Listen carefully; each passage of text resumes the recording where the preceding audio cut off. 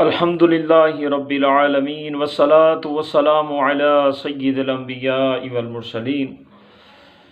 آج اپنے ناظرین کے لیے ویورز کے لیے بہت ہی پیارا وظیفہ لے کر حاضر ہوا ہوں۔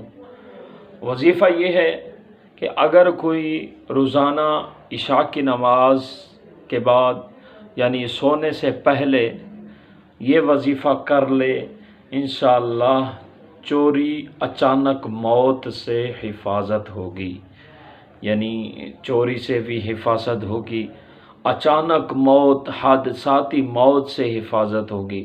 بہت ہی پیارا وظیفہ ہے، آپ کی بارگاہ میں عرض کرتا ہوں۔